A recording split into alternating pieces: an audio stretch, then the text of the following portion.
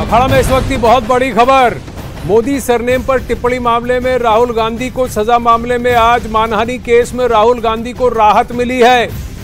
राहुल गांधी पर सजा पर रोक लगाई गई है। राहुल गांधी ने सजा पर रोक लगाने के लिए सुप्रीम कोर्ट में याचिका दायर की थी।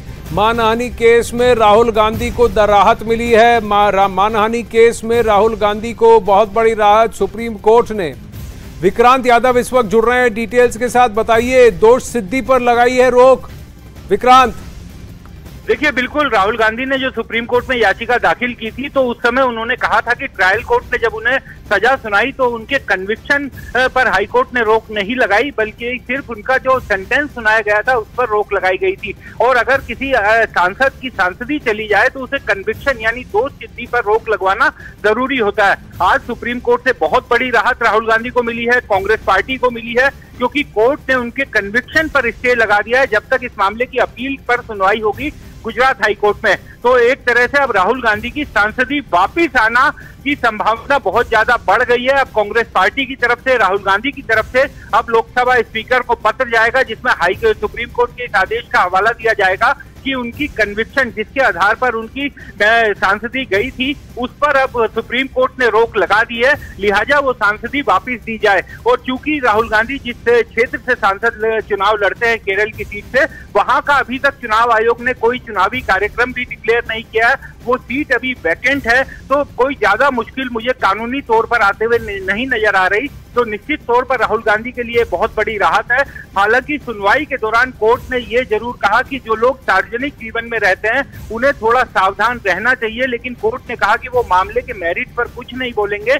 लेकिन क्योंकि निचली अदालत ने उन्हें जो मैक्सिमम सजा दी है ये मानहानि के मामले में, आपराधिक मानहानि के मामले में 2 साल की अधिकतम सजा दी जा सकती है, और निचली अदालत ने जब उन्हें 2 साल की सजा दी तो उन्हें साथ में ये कारण भी बताना चाहिए था कि आखिर वो 2 साल की मैक्सिमम सजा क्यों दे रहे हैं। सुप्रीम कोर्ट इस बात से पूरी तरीके से सहमत नहीं थी कि ट्रायल कोर्ट के आदेश में इस बात का कोई जिक्र नहीं था कि मैक्सिमम सजा उन्हें क्यों दी जा रही है, और कोर्ट ने कहा कि अगर उनकी सजा 1 दिन भी कम होती तो शायद ये स्थिति नहीं बनती।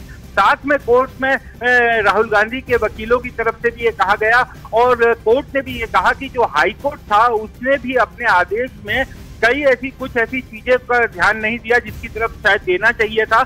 और कांग्रेस पार्टी की तरफ से अभिषेक मनु सिंघवी ने अपनी दलीलें रखी, और जो याचिका जो इस मामले के शिकायतकर्ता थे पूर्णेश मोदी, उनकी तरफ से वरिष्ठ वकील महेश जेठमलानी ने अपनी दलील रखी थी। तो अब कोर्ट का फैसला आ गया है। सुप्रीम कोर्ट में राहुल गांधी को एक बड़ी राहत दी है। दोबारा से सांसद बनने की राहुल गांधी की संभावना इससे खुल गई है, क्योंकि अगर ये इसके सुप्रीम कोर्ट नहीं लगाता तो फिर राहुल गांधी के पास कोई रास्ता नहीं बचा था, और चुनाव आयोग को भी फिर इस सीट को वैकेंट डिक्लेयर करते हुए यहाँ पर चुनाव की घोषणा करनी पड़ती। लेकिन आपने कहा कि अभी गुजरात हाईकोर्ट में इसकी सुनवाई होनी बाकी है, क्या सुनवाई की कोई तारीख तय की गई है या कोई इसी तयशुदा समय के अंदर इस सुनवाई को पूरा करने की बात सुप्रीम कोर्ट ने कही है? आनंद, इस तरीके का अभी सुप्रीम कोर्ट का नहीं आया है, क्योंकि जो अपील है वो हाई कोर्ट में पेंडिंग है। जब ट्रायल कोर्ट ने राहुल गांधी को कन्विक्ट किया था तो राहुल गांधी की सजा चूंकि 3 साल से कम थे इस अपराध में, 2 साल की सजा थी, तो ट्रायल कोर्ट ने उनको हाथों हाथ जमानत दे दी थी, वहीं से उनको दोषी करार देते हुए 2 साल की सजा सुनाई, और साथ साथ उनको जमानत दे दी थी ताकि वो ऊपरी कोर्ट में अपील कर सके। हाई कोर्ट में राहुल गांधी जब गए अपील में सुनवाई के दौरान, तो उन्होंने अपील के दौरान भी अपने कन्विक्शन पर स्टे लगवाने की कोशिश की, क्योंकि उनको जो सेंटेंस सुनाया गया था उस पर तो स्टे लग गया था, लेकिन जो कन्विक्शन था उस पर स्टे नहीं था, और जब तक कन्विक्शन पर स्टे नहीं लगेगा आपकी सांसदी वापस नहीं आ सकती थी।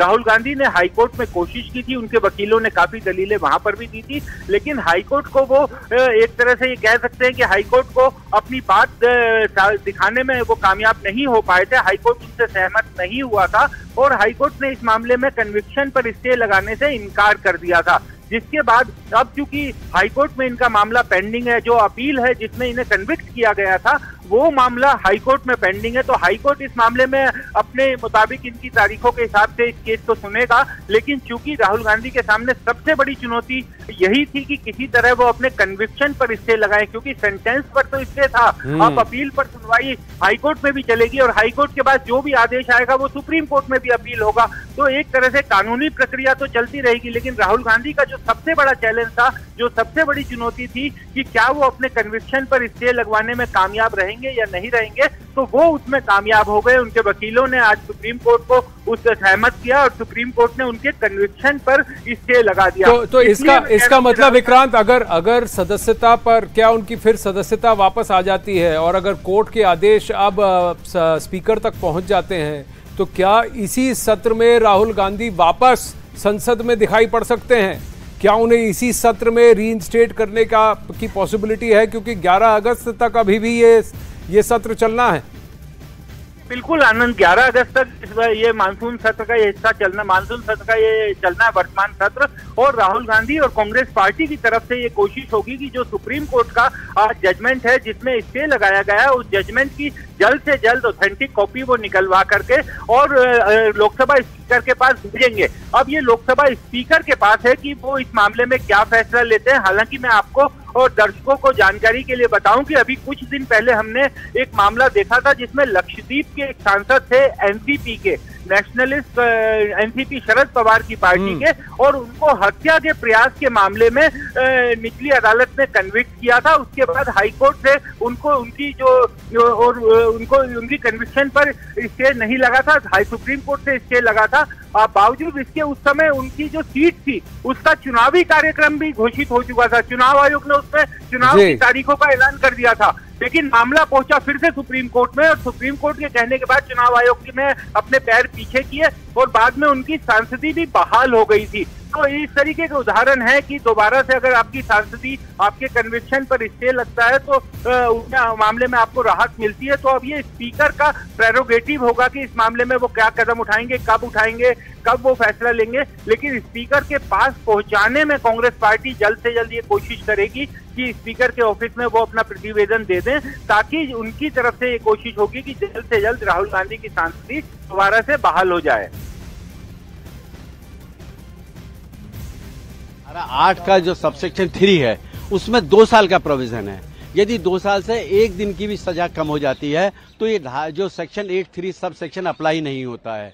और जब नहीं अप्लाई होता है, ट्रायल कोर्ट ने जो 2 साल की सजा दी है उसको उन्होंने डील नहीं किया आखिर मैक्सिमम सजा 2 साल की क्यों दी है। क्योंकि जो 499 है उसमें जो सजा का प्रोविजन है वो 2 साल, फाइन या बोथ है। और इसमें जो 2 साल की सजा दी है, 2 साल की सजा में ट्रायल कोर्ट ने उसको जस्टिफाई नहीं किया है बेसिकली कि 2 साल की सजा आखिर क्यों दी गई है। तो यदि ये सजा 1 दिन भी कम होती तो उनकी मेंबरशिप जो सदस्यता है लोकसभा की वो नहीं जाती। दूसरी बात है, कोर्ट ने ये कहा है जो सबसे महत्वपूर्ण है कि ये जो बात है ये खाली पेटिशनर्स के राइट का सवाल है। जिस इलेक्टोरल ने उनको जिता के लोकसभा में भेजा उनके राइट्स का भी सवाल है, इसलिए महत्वपूर्ण है उनकी कन्विक्शन को स्टे किया जाता है।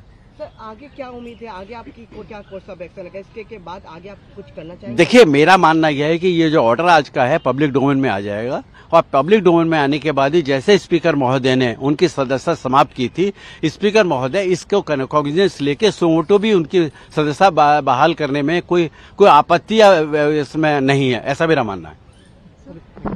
हमारे साथ